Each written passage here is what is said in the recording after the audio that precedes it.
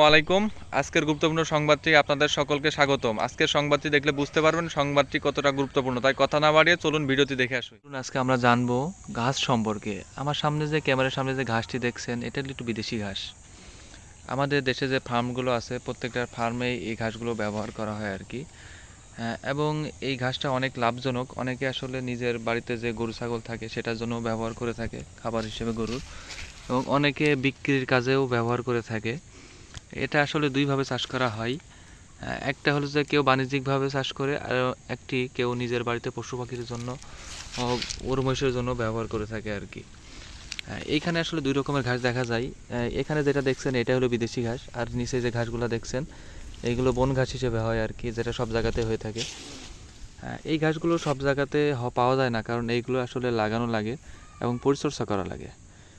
এই ঘাসের জন্য আপনাকে সার দিতে হয়, পানি দিতে হয় এবং সময় মতন কাটা লাগে। এইখানে যে ঘাসগুলো দেখছেন এগুলো কিন্তু অনেক ছোট। এইগুলো একটা সময় কিন্তু এরকম সাইজের হয়ে যায়।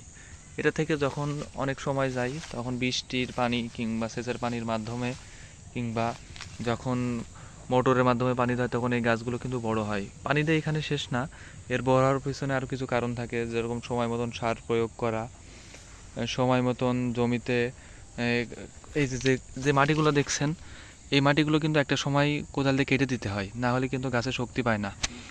শক্তি না পাওয়ার কারণ হচ্ছে যে এইখানে যে বন ঘাসগুলো দেখছেন, এই যে যে বন ঘাসগুলো দেখছেন এইগুলো কিন্তু আসলে শক্তিগুলো নিয়ে নেয়। এর জন্য আসলে মাঝখান থেকে কোদাল দিয়ে কেটে কেটে দিতে হয়, যাতে শক্তিগুলো আসলে বন ঘাসগুলোতে না পাই। সব শক্তি যাতে এই বড় ঘাসগুলোতে পাই। এই বড় ঘাস চাষে আপনি যদি কিছু গরু ছাগল পোষেন তাহলে আপনি এখান থেকে আসলে অনেকভাবে লাভবান হতে পারবেন। এজন্য আমি সবাইকে বলবো, যারা গরু ছাগল পোষেন তারা এই ঘাস চাষ করে লাভবান হতে পারেন বাণিজ্যিকভাবে, এবং নিজের বাড়িতে যে গরু ছাগলগুলো আছে সেটার জন্য ব্যবহার করতে পারেন। সকলের উদ্দেশ্যে আমি বলতে চাই যে আপনারা সবাই এই বিদেশি ঘাসগুলো চাষ করবেন এবং অনেকভাবে লাভবান হবেন। আমার আশেপাশে কিন্তু আসলে এমন অনেকও ঘাসের ক্ষেত আছে, যা সবাই বাণিজ্যিকভাবে এইভাবে চাষবাস করে আসছে। এটা আসলে অনেক লাভজনক।